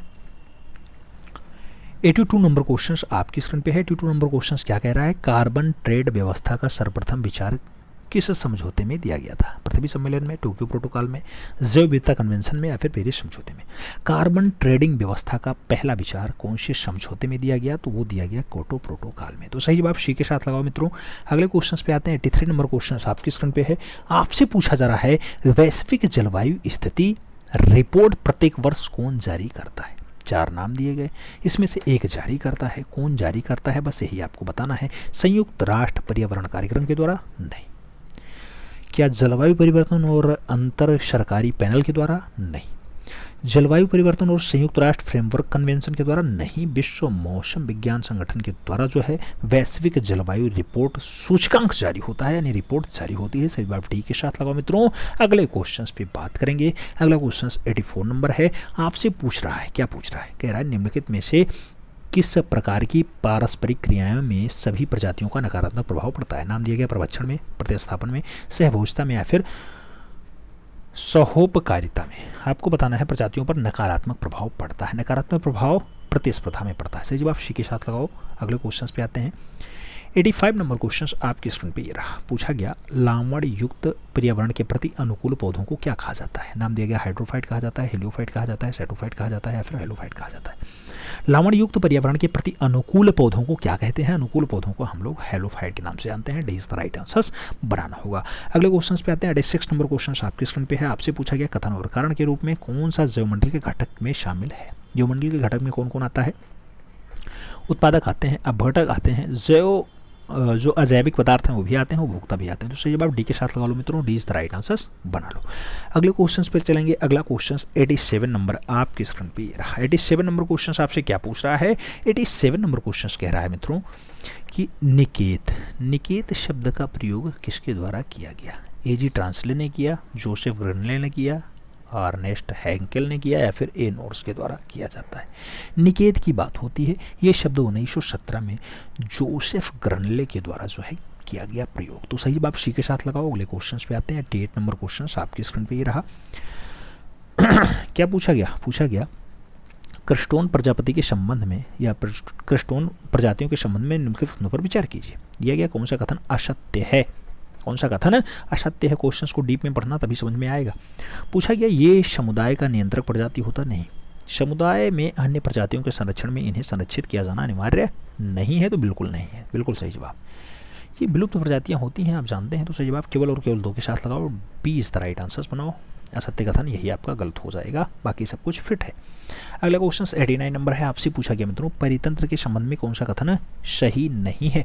आपसे पूछा गया कौन सा सही नहीं है। दिया गया इसमें जैविक और अजैविक दोनों कारक परस्पर अनुक्रिया करते हैं। हाँ करते हैं। यह एक बंद तंत्र का उदाहरण होता है। मित्रों बंद तंत्र का उदाहरण नहीं है, परतंत्र एक खुला तंत्र होता है। तो यही आपका गलत हो जाएगा। बाकी इसमें ऊर्जा का प्रवाह एक दिवसीय होता है। हाँ होता है। इसमें पदार्थों का चक्रीय गमन होता है। बिल्कुल होता है। तो आपका गलत कौन सा हो गया? आपका भी हो गया। ठीक है, खुला तंत्र है, इसे बंद कहा जा रहा है। अगला क्वेश्चन 90 नंबर आपकी स्क्रीन पे है। पूछा गया पारिस्थितिकी तंत्र में ऊर्जा प्रवाह के संबंध में कौन असत्य है? असत्य है। क्वेश्चन ढंग से समझना, फिर आप आंसर्स दे पाएंगे। इसमें ऊर्जा का प्रवाह खाद्य श्रृंखलाओं के माध्यम से होता है। हाँ होता है। ऊर्जा का प्रवाह एक दिवसीय होता है। प्रत्येक पोषण स्तर को बढ़ाने पे पोषण स्तर की ओर श्वसन द्वारा निर्मुक्त ऊर्जा की मात्रा घटती जाती है। मित्रों जब पोषण स्तर में आएगा तो जो पोषण स्तर है उसे अगले पोषण स्तर तक जाने के लिए ऊर्जा की मात्रा में कमी आती है। ठीक है, मात्रा में कमी आती है और प्रत्येक पोषण स्तर में ऊर्जा की मात्रा बढ़ भी जाती है। जैसे आप श्वसन से देखेंगे तो निर्मुक्त ऊर्जा में मात्रा बढ़ती है। तो यही आपका दिक्कत दे जाएगा, बाकी सब कुछ सही हो जाएगा। ठीक है, उत्पादक सौर ऊर्जा से केवल सदृश स्पेक्ट्रम को अवशोषित करने की क्षमता रखता है। हाँ बिल्कुल रखता है। अगले क्वेश्चन पे बढ़ते हैं। अगला क्वेश्चन 91 नंबर है आपकी स्क्रीन पे है। पूछा गया मित्रों आर्थिक समीक्षा 2022-23 के अनुसार वित्तीय वर्ष 2022-23 में सकल घरेलू उत्पाद जीडीपी विकास दर कितना अनुमानित है? 8.2 है, 6.5 है, 7% है या फिर 6% है? सही जवाब क्या है मित्रों? सही जवाब आपका 7% होगा। याद रखना लक्ष्य जो है वो आपका इस बार अनुमानित जो है वो 7% है। सकल घरेलू उत्पाद के अगर लक्ष्य की बात करते हैं तो 6 से 6.8 रखा गया है। अगला 92 आर्थिक समीक्षा 2022-23 के अनुसार वर्तमान में भारत की कितनी जनसंख्या बहुआयामी गरीबी से ग्रस्त है? नाम दिया गया 14.4%, 16.4%, 15.4% या फिर 17.4%। सही जवाब क्या है? 16.4% बहुआयामी गरीबी सूचकांक है नीचे। अगले क्वेश्चन पे आते हैं। 93 नंबर क्वेश्चन क्या कह रहा है आपसे? 93 नंबर क्वेश्चन आपसे कह रहा है मित्रों क्या कह रहा है केंद्रीय बजट 2022-23 के द्वारा पीएम गरीब कल्याण अन्न योजना की अवधि कितना बढ़ा दिया गया? 6 माह, 1.5 वर्ष, 2 वर्ष या फिर 1 वर्ष? पीएम गरीब अन्न कल्याण योजना जो आपकी चल रही है मित्रों, अब 1 वर्ष और बढ़ गई। 31 दिसंबर 2022 को समाप्त हो रही थी, 1 वर्ष और बढ़ा दिया गया। 80 करोड़ से ज़्यादा लोग इसमें शामिल होते हैं, लाभान्वित होते हैं। अगला क्वेश्चन 94, केंद्रीय बजट 2022-23 में कृषि वर्धक निधि की घोषणा किसके द्वारा की गई थी? नाम दिया गया कृषि वर्धक वाले में, नाम दिया गया कृषि अवसंरचना विकास, नाम दिया गया एग्री स्टार्टअप, नाम दिया गया कृषि निर्यात और कृषि अनुसंधान और विकास। मित्रों जो सही जवाब होगा केंद्रीय बजट 2022-24 में कृषि वर्धक निधि की अगर बात करते हैं तो वो एग्री स्टार्टअप, सही जवाब बी के साथ बनेगा। अगले क्वेश्चंस पे आएंगे। 95 नंबर क्वेश्चन आपकी स्क्रीन पे है। भारत में किस समिति के द्वारा गरीबी रेखा निर्धारण हेतु संशोधन मिक्स्ड रिफंड पीरियड अपनाने का अनुशंसा किया गया? सर जो है सुरेश तेंदुलकर समिति के द्वारा, एस आर हासिम और NC सक्सेना समिति के द्वारा, सी रंगराजन समिति के द्वारा या फिर लकड़ावाला समिति के द्वारा? किसके द्वारा ऐसे अनुशंसा किया गया था? तो सिंह रंगराजन समिति होती है, उसके द्वारा ऐसा किया जाता है। 2012 में ये गठित होती है, 2012 में गठित होती है, उसके द्वारा किया जाता है। सही जवाब सी के साथ लगाओ। अगले क्वेश्चन पे आते हैं। अगला क्वेश्चन 96 नंबर आपकी स्क्रीन पे ये रहा। क्या पूछा गया? कोड से क्वेश्चन से मित्रों, इन्वर्टेड ड्यूटी स्ट्रक्चर के कारण किसी देश की विनिमय प्रक्रिया पर क्या प्रभाव पड़ता है? नाम दिया गया है, इसमें से आपको कूट लगाना है कौन सा सही है। विनिमय प्रक्रिया में तेजी आती है? नहीं। विनिमय प्रक्रिया में गिरावट आती है? हाँ। विनिमय प्रक्रिया में प्रतिस्पर्धा बढ़ती है? नहीं। विनिमय प्रक्रिया में प्रतिस्पर्धा घटती है? हाँ बिल्कुल। तो 2 और 4 सही है, सही जवाब बी के साथ लगा लो, 20 द राइट आंसर्स बना लो। अगले क्वेश्चन पे आएंगे। 97 नंबर क्वेश्चन आपकी स्क्रीन पे है। पूछा गया निम्नलिखित में से कौन सही सुमेलित नहीं है? 4 ऑप्शन दिए गए, सही सुमेलित कौन सा नहीं है? मित्रों सुमेलित में आपको बताना है। आर्थिक सहयोग और विकास संगठन पेरिस में मुख्यालय, हाँ। व्यापार और विकास पर संयुक्त राष्ट्र सम्मेलन जिनेवा में है। विश्व आर्थिक मंच की अगर बात करते हैं न्यूयॉर्क। मित्रों विश्व आर्थिक मंच की जैसे बात होती है, कोलोगनी जिनेवा में है। जिनेवा इसका न्यूयॉर्क नहीं होगा, कोलोगनी जिनेवा, कोलोगनी जनेवा इसका सही जवाब होगा। तो यही आपका गलत हो गया। बाकी अंतर्राष्ट्रीय मुद्रा कोष वाशिंगटन डीसी में ही है, सही जवाब सी के साथ लगा लो। अगले क्वेश्चन पे आ जाओ। विश्व बैंक आप जानते हैं वाशिंगटन डीसी में है। एशियाई विकास बैंक आपके मनीला में है। न्यू डेवलपमेंट बैंक आपका शंघाई में होता है। एशियाई इंफ्रास्ट्रक्चर जो इन्वेस्टमेंट बैंक होता है वो बीजिंग में है ही। अगले क्वेश्चन पे आओ। 98 नंबर क्वेश्चन कह रहा है भारत में वैल्यू एडेड टैक्स यानी वैट के संबंध में विचार कीजिए। आपको बताना कौन सा कथन सत्य है, वैट के लिए दिया गया है। सही जवाब क्या होगा? वैट का प्रारंभ 1 अप्रैल 2006 से किया गया। वैट का प्रारंभ जो है मित्रों वो असीम दास गुप्ता की समिति के द्वारा किया गया था, 2005 से लागू होता है। तो यही गलत हो गया। इसे एल के झा समिति की अनुशंसा नहीं, एल के झा नहीं होती है, असीम दास गुप्ता की अनुशंसा होती है। तो दोनों गलत हैं, यानी D is the right answer हो जाएगा। अगले क्वेश्चन पे आ जाओ। 99 नंबर क्वेश्चन आपकी स्क्रीन पे ये रहा। क्या कह रहा है? हार्मोनाइज्ड सिस्टम ऑफ नोमेनक्लेचर व्यवस्था के संबंध में क्या असत्य है? आपको असत्य बताना है। दिया गया इसे विश्व सीमा शुल्क संगठन द्वारा 1988 में अपनाया गया था। हाँ कहा गया था। भारत में HSN कोड GST की सीमा शुल्क दोनों पर लागू होता है? हाँ होता है। दिया गया कि भारत में 5 करोड़ से अधिक के वार्षिक कारोबार करने वाले व्यवसायियों को 4 अंकों का HSN करोड़ प्रस्तुत करना अनिवार्य हो जाता है। तो HSN कोड नहीं दिया गया है। HSN कोड का जो अनिवार्यता है वो 6 अंकों का होता है। आप ये जानते हैं 5 करोड़ से अधिक के वार्षिक कारोबार करने वाले को लिए दिक्कत होता है, 200 से अधिक देशों में लागू होता है। तो यही आपका गलत हो जाएगा, बाकी सही है। यह व्यवस्था अंतर्राज्यीय व्यापार में सीमा शुल्क और व्यापार प्रक्रिया को आसान बना करके अंतर्राष्ट्रीय व्यापार लागत को कम करती है। तो इसका गलत कौन सा होगा? आपका सी होगा। सी इज द राइट आंसर लगाओ। अगले क्वेश्चन पे आओ। 100 नंबर क्वेश्चन आपकी स्क्रीन पे है मित्रों, बहुत तगड़ा क्वेश्चन है। मसाला बांड के संबंध में निम्नलिखित पर विचार कीजिए। आपको बताना है कौन सा कथन सही है। मसाला बांड क्या है? मसाला बांड विदेशी बाजार से धन जुटाने हेतु भारतीय मुद्रा में जारी किया गया। हाँ किया गया। मसाला बांड केवल भारतीय इकाई यानी कॉर्पोरेट संस्था के द्वारा ही जारी किया जाता है। हाँ किया जाता है। मसाला बांड 2017 में अंतर्राष्ट्रीय वित्त निगम द्वारा असंरक्षित परिकल्पना के द्वारा या परियोजना के द्वारा वित्त पोषित जारी किया गया है। मित्रों वित्त पोषित तो नहीं है, बाकी तो दोनों सही है। तो फर्स्ट और सेकंड इस सही जवाब होगा, यानी ए के साथ आपको सही जवाब लगाना होगा। ये 2014 में आता है, 2014 में आता है। ठीक है, मोदी आएंगे तो आएगा। अगले क्वेश्चन पे आ जाओ। अगला क्वेश्चन 101 नंबर आपकी स्क्रीन पे रहा। पूछा गया निम्नलिखित में से सही सुमेलित नहीं है। 4 नाम दिए गए, सही सुमेलित कौन सा नहीं है। हेलोग्राफी की बात होती है, किसी वस्तु की त्रिविमीय चित्रों को प्राप्त करने की विधि का अध्ययन है। हेलोग्राफी बिल्कुल सही जवाब है। नाम दिया गया हेरोलॉजी। हेरोलॉजी का संबंध जो है ये समय मापन से होता है। क्रिस्टोकल परमाणु संरचना का अध्ययन दिया गया, यही आपका गलत हो जाएगा क्योंकि ये समय मापन से होता है। एपिग्राफी शिलालेख का है, और जो है सेरेंडिप्टी की अगर बात करते हैं, अचानक हो जाने वाली खोज का है सेरेंडिप्टी। तो हेरोलॉजी क्या होता है मित्रों। हेरोलॉजी आपका समय मापक यंत्र होता है। सही जवाब बी के साथ लगा लो। अगले क्वेश्चन पे आ जाओ। 102 नंबर क्वेश्चन आपकी स्क्रीन पे पूछा गया एक समान मोटी छड़ के एक सिर पर कुछ भार रख देने पर उसके गुरुत्व केंद्र पर क्या प्रभाव पड़ेगा। आपसे दैनिक जीवन में उपयोग वाला क्वेश्चन खूब पूछा जाएगा। भार की ओर हट जाएगा, भार की ओर हट जाएगा, भार से दूर नहीं जाएगा, एक क्षण के केंद्र पे रहेगा नहीं, कोई नहीं होगा, नहीं, भार की ओर हट जाएगा। सही जवाब फर्स्ट साथ लगाओ मित्रों। अगले क्वेश्चन पे चलते हैं। अगला क्वेश्चन 103 नंबर आपकी स्क्रीन पे रहा। पूछा गया वर्षा के बाद आकाश में बनने वाला इंद्रधनुष निम्नलिखित में से किसकी घटना के कारण बनता है। प्रकाश का अपवर्तन, प्रकाश का परावर्तन, प्रकाश का पूर्ण आंतरिक परावर्तन, उपयुक्त में से सभी। वर्षा के बाद आकाश में बनने वाला जो इंद्रधनुष है मित्रों, वो उपयुक्त में से सभी के कारण दिखाई दे जाता है। आप जानते हैं टोटल इंटरनल रिफ्लेक्शन के द्वारा भी होता है, अपवर्तन के द्वारा भी होता है, और परावर्तन के द्वारा भी दिखाई देता है। तो सही जवाब डी के साथ लगा लो। अगले क्वेश्चन पे आ जाओ। 104 नंबर क्वेश्चन आपसे पूछा गया सही सुमेलित है।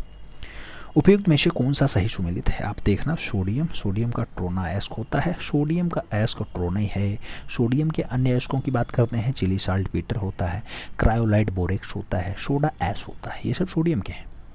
और जो दिया गया कापर जो है मित्रों आप जानते हैं, कैरोमल जो है ये पारा का अयस्क होता है। कैरोमल किसका है, Hg का, यानी पारा का होता है। ठीक है, तो ये सिनेबार आप जानते होंगे, कैरोमल पारा का अयस्क है। पारा का एक अयस्क सिनेबार बहुत फेमस है, आप सभी जानते होंगे सिनेबार। आगे बात करें, ये आपका गलत हो गया।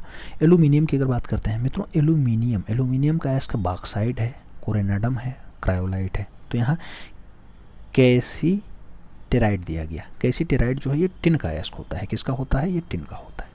तो ये दोनों गलत हो गए, केवल एक सही है, यानी फर्स्ट 7 आंसर लगाओ, इज द राइट आंसर बनाओ। अगले क्वेश्चन पे आते हैं। 105 नंबर क्वेश्चन आपकी स्क्रीन पे है। पूछा गया निम्नलिखित में से किस पदार्थ में कैल्शियम विद्यमान है। जिप्सम में, कोरंडम में, इस्पात में, या फिर टैल्क में।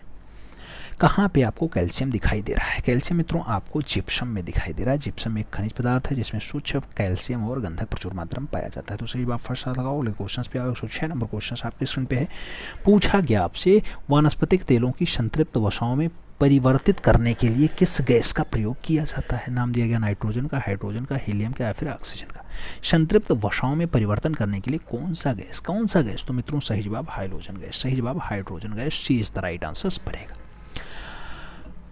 अगले क्वेश्चन पे आते हैं। 107 नंबर क्वेश्चन आपकी स्क्रीन पे है। पूछा गया निम्नलिखित में से सही सुमेलित नहीं है। 4 ऑप्शंस दिए गए, कौन सा सही सुमेलित नहीं है। ओजोन कीटाणुनाशक के रूप में, ओजोन, सल्फर फंगीसाइड के रूप में, हाँ। ग्राफीन आपका आतिशबाजी नहीं होता है। ग्राफीन आपका कार्बन की पतली परत होती है। क्या है, कार्बन की पतली परत है। तो कार्बन की पतली परत के रूप में जानी जाती है, यही आपका गलत हो जाएगा। बाकी सिलिकॉन आपका कृत्रिम हीरा के निर्माण में होता ही होता है। ठीक है, आतिशबाजी में फास्फोरस का प्रयोग किया जाता है।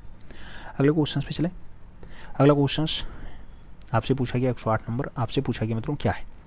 108 नंबर क्वेश्चन है। उत्तर प्रदेश में राज्य महिला आयोग का गठन किस वर्ष किया जाता है। 1 में, 3 में, 2 में, या फिर 4 में। उत्तर प्रदेश में राज्य महिला आयोग की अगर बात करते हैं 2004 में गठित होता है, याद रखना। अगले क्वेश्चन पे 109 नंबर निम्नलिखित में से कौन सुमेलित है। सुमेलित है पूछा गया है, याद रखना। डिफेंस पार्क आपको गौतम बुद्ध नगर में है, नहीं। डिफेंस पार्क आपका लखनऊ, कानपुर और झांसी में है। और हिंदी संग्रहालय आपका गोरखपुर में है। मित्रों हिंदी संग्रहालय की बात करते हैं तो ये आपका आगरा में होता है। कहाँ पे है, आगरा में होता है। बुद्धा थीम पार्क की अगर बात करते हैं तो बुद्धा थीम पार्क आपका कहाँ दिखाई देता है। बुद्धा थीम पार्क आपका वाराणसी में है, वाराणसी में है, जहाँ आपका साग भाजी वाला केंद्र है। और नॉलेज पार्क आपका लखनऊ में है, नॉलेज पार्क आपका ग्रेटर नोएडा में है। तो सही जवाब आपका यही हो जाएगा, बी के साथ आंसर लगाओ। अगले क्वेश्चन पे आओ। 110 नंबर क्वेश्चन आपके स्क्रीन पे है। पूछा गया एक जिला एक उत्पाद के बारे में सही सुमेलित नहीं है। ओडीओपी सरकार खूब ज़्यादा प्रोत्साहन देती है मित्रों, ओडीओपी से क्वेश्चन छपता है। ओडीओपी में कौन सा आपको बताना है कि सही सुमेलित नहीं है। टेराकोटा मिर्जापुर, टेराकोटा काम गोरखपुर में होता है, मिर्ज़ापुर में नहीं होता है, बाकी सभी सही हैं। चिकनकारी लखनऊ का फेमस है, कांच फिरोजाबाद का फेमस है, और लकड़ी का काम आपका सहारनपुर फेमस है। टेराकोटा मिर्ज़ापुर नहीं होता है, टेराकोटा गोरखपुर में होता है। सही जवाब टी के साथ लगाओ। टीजीटी 8 में भी जो है क्वेश्चन छपा है। अगला क्वेश्चन 111 नंबर भी टीजीटी 8 के लिए बहुत इंपॉर्टेंट है। पूछा गया सही सुमेलित दीजिए और सही कोड में उत्तर चयन कीजिए। परिक्रमा मेला मित्रों कहाँ होता है? परिक्रमा मेला आपका अयोध्या में लगता है। अयोध्या में 3 नंबर, पहले के साथ 3 नंबर। आयुर्वेद महोत्सव अगर बात करते हैं झांसी में होता है। कहाँ पे होता है? झांसी में होता है। कजरी महोत्सव आपका कहाँ होता है मित्रों? कजरी महोत्सव जैसे बात आती है मिर्ज़ापुर का नाम याद रखना। ध्रुपद मेला आपका वाराणसी में हो जाएगा। सही जवाब क्या बन जाएगा? पहले के साथ बन जाएगा। इस तरह राइट आंसर्स लगाओ। अगले क्वेश्चन पे आ जाओ। 112 नंबर क्वेश्चन आपकी स्क्रीन पे। उत्तर प्रदेश में सबसे कम वनावरण वाला जिला कौन सा है? सबसे कम वन कहाँ पाया जाता है आपको बताना है। हापुड़, सहारनपुर, भदोही और बदायूं। सबसे कम मऊ में है, उसके बाद मैनपुरी में है, फिर संत कबीरनगर, फिर देवरिया। तो सबसे कम आपका भदोही पहले आएगा। भदोही के बाद मऊ आता है। ठीक है, भदोही, मऊ, मैनपुरी, संत कबीरनगर, देवरिया। तो सही जवाब भदोही के साथ लगा लो। बी इस तरह राइट आंसर्स बना लो। अगले क्वेश्चन पे आ जाओ। 113 नंबर क्वेश्चन आपकी स्क्रीन पे। नीचे 2 कथन दिए गए हैं, एक कथन को दूसरे कथन के साथ दर्शाया गया है। सही उत्तर का चयन कीजिए। आपको सही जवाब बताना है मित्रों। अधिकतर विटामिन जो है अधिकांश विटामिन मानव शरीर में संश्लेषित नहीं किया जाता है। बिल्कुल नहीं होता है। और मानव अंग केवल अनिवार्य सूक्ष्मतम पोषक को ही संश्लेषित करता नहीं। तो ए गलत, आर से नहीं। ये सही है, आर गलत है। हाँ, तो सही जवाब बी के साथ लगाओ मित्रों। B is the right answers बनाओ। अगले क्वेश्चन पे आते हैं। अगला क्वेश्चन क्या कह रहा है? 114 नंबर क्वेश्चन है। आपसे पूछ रहा है मित्रों, निम्नलिखित में से कौन सा कवक बीजों का संग्रह होता है और कैंसर जनित पदार्थ उत्पन्न करता है? राइजोपाइस, न्यूस्पोरा, अर्पिसजियम फ्लेवस और ट्राइकोडर्मा। आपको बताना है कैंसर जनित पदार्थ उत्पन्न करता है। कौन सा है ऐसा? तो स्पेसजर्लिस फ्लेवस आपका सही जवाब होगा। सही जवाब आपको फफूंदों बीजों के संग्रहण से होता है, कैंसर जनित पदार्थ उत्पन्न करता है। बी के साथ आंसर्स लगाओ। 115 नंबर क्वेश्चन पे आओ। क्वेश्चन कह रहा है निम्नलिखित में से कौन सा पादप हार्मोन्स पौधों की जीर्णता को विलंबित करता है? पौधों की जीर्णता को विलंबित कौन करता है? ऑक्टिन, साइटोकिन, जिब्रेलिन या फिर एब्सिसिक एसिड। मित्रों सही जवाब क्या होगा आपका? साइटोकिन जो है हार्मोन्स पदार्थों के या पौधों के जीर्णता को विलंबित करता है। तो सही जवाब सी के साथ लगाओ। अगले क्वेश्चन पे आते हैं। 116 नंबर क्वेश्चन आपकी स्क्रीन पे ये रहा। पूछा गया निम्नलिखित में से कौन सुमेलित नहीं है? ऑप्शंस दिया गया, कौन सा सुमेलित नहीं है? सही जवाब बताइए। भिंडू क्रुशिफेरा कुल है। भिंडू आपका मालवेशी कुल से संबंधित है, तो यही आपका गलत हो गया। बाकी आलू आपका सिलेनेसी कुल में आता है। गाजर आपका अम्बैब्लो पेरी कुल में आता है और सीताफल आपका कुकुरबिटेसी फुल में आता है। तो सही जवाब भिंडी के साथ लगा लो। कुरीफेसी कुल में नहीं आता है। भिंडी आपका मालवेशी कुल में आता है। अगले क्वेश्चन पे आएँ। फूलगोभी, पत्ता गोभी, मूली, सरसों, सलजम ये आपका कुकुरबिटेसी वाली नहीं, कोशी फेरी में ये सब आते हैं। ठीक है, हरी सब्जियाँ। 17 नंबर क्वेश्चन पे आओ। 117 नंबर। जीव विज्ञान की किस शाखा के मस्तिष्क के विभिन्न आयामों का अध्ययन किया जाता है? सार्कोलॉजी में, हेप्टोलॉजी में, क्रोकोलॉजी में या फिर फ्रेनोलॉजी में? जीव विज्ञान की कौन सी शाखा है जिसमें मस्तिष्क के विभिन्न आयामों का अध्ययन किया जाता है? तो आपका है फ्रेनोलॉजी। कैलोलॉजी में मानव सौंदर्य का अध्ययन किया जाता है। सार्कोलॉजी में पेशियों का अध्ययन होता है और हेप्टोलॉजी में यकृत का अध्ययन किया जाता है। तो सही जवाब डी के साथ लगाओ। अगले क्वेश्चन पे आओ। 118 नंबर क्वेश्चन आपकी स्क्रीन पे है। पूछा गया केंद्रीय तंत्रिका का विकास भ्रूण किस कोशिका से होता है? कौन सी कोशिका है? सही जवाब एस्ट्राडम लगाओ। फर्स्ट साथ आंसर्स बनाओ। अगले क्वेश्चन पे 119 नंबर क्वेश्चन निम्नलिखित में सही सुमेलित नहीं है। ऑप्शंस में दिया गया है 4 ऑप्शंस हैं, उसमें से आपको बताना है। गैम्बूसिया मच्छरमीन, गैम्बूसिया मच्छरमीन नहीं है मित्रों, यही आपका गलत हो गया, बाकी सब सही। ठीक है, अगले क्वेश्चन पे आते हैं। अगले क्वेश्चन पे आएंगे। अगला क्वेश्चन साफ का क्या कह रहा है? क्या कह रहा है? अगला क्वेश्चन 120 नंबर है। कह रहा है केंद्रीय टसर अनुसंधान प्रशिक्षण संस्थान कहाँ स्थित है? केंद्रीय टसर अनुसंधान प्रशिक्षण संस्थान कहाँ स्थित है? मेघालय, रांची और बहरामपुर, कोलकाता का नाम दिया गया। केंद्रीय टसर अनुसंधान संस्थान की बात होती है मित्रों, रांची में स्थित है, याद रखना है। रांची झारखंड में आता है। केंद्रीय रेशम अनुसंधान संस्थान बहरामपुर पश्चिम बंगाल में है। केंद्रीय ईरी अनुसंधान संस्थान मेघालय में स्थित है। 121 नंबर क्वेश्चन पे आएंगे। सूची 1 सूची 2 बढ़िया से दिया गया है, कोट में आंसर से सही जवाब आपको लगाना है। सही जवाब क्या होगा मित्रों? ग्लाइकोजन की बात होती है। ग्लाइकोजन मानव यकृत में संचित होता है, मानव यकृत में संचित। लैक्टोज की बात होती है या डाइसैकेराइड शर्करा होती है। क्या है? डाइसैकेराइड शर्करा। तो लैक्टोज आपकी ये हो गई। फ्रक्टोज की बात होती है, फ्रक्टोज मोनोसैकेराइड शर्करा है। और जो प्रोटीन है आपका रेशम का धागा होता है। तो सही जवाब क्या होगा, डी का पहला हो जाएगा, डी का पहला हो जाएगा, ए का दूसरा और डी का पहला केवल एक ही में आता है। सही जवाब फर्स्ट साथ बनाओ, ए इज द राइट आंसर बनाओ। अगले क्वेश्चन पे आओ। 122 नंबर क्वेश्चन आपके स्क्रीन पे है। आपसे क्या पूछ रहा है निम्नलिखित में से कौन वसीय अम्ल यानी मनुष्य से सर्वाधिक अनिवार्य होता है। पामिटिक अम्ल, लेनोलेटिक अम्ल, ओलिक अम्ल या फिर लॉरिक अम्ल। वसीय अम्ल मनुष्य के लिए सर्वाधिक अनिवार्य होता है, कौन सा अम्ल ऐसा है, तो याद रखना लाइनोलिक अम्ल जो है ये मनुष्य के लिए सर्वाधिक अनिवार्य होता है, सूखने वाली वसा को कम करता है। अगले क्वेश्चन पे आएंगे। 123 नंबर क्वेश्चन, निम्नलिखित में से सही सुमेलित है। सही जवाब दीजिएगा। मित्रों दिया गया सीरियम रोग विटामिन सी की कमी से आता है, जेरोफेल्थियम रोग आपके विटामिन डी की कमी से आता है, एनीमिया रोग फोलिक अम्ल के और पेलाग्रा आपका विटामिन B5 की कमी से आता है। कौन सा है जो आपका सही सुमेलित है, एकदम सही जवाब आपको बताना है। मित्रों एनीमिया जो है वो फोलिक अम्ल की कमी से आता है। आप जानते होंगे अक्सर महिलाओं में जो है एनीमिया की हो जाती है कमी, क्योंकि ये जो है रक्त का कम करता है। ठीक है, हाँ। अगले क्वेश्चन पे आओ। अगला क्वेश्चन आपकी स्क्रीन पे है। 124 नंबर आपसे पूछा गया निम्नलिखित में से कौन सा कैल्शियम का है। नाम दे दिया गया कैल्शियम के लिए कौन सा फिट बैठता है। मित्रों कौन सा फिट बैठेगा, रक्त जमने में सहायक, हाँ बिल्कुल है। अस्थि और दांतों का निर्माण, हाँ है। वसा कार्बोहाइड्रेट का पाचन, नहीं यार ऐसा नहीं है। नाड़ियों का स्वास्थ्य बनाए रखना, बिल्कुल है। तो सही जवाब बी के साथ लगाओ, 20 राइट आंसर्स बनाओ।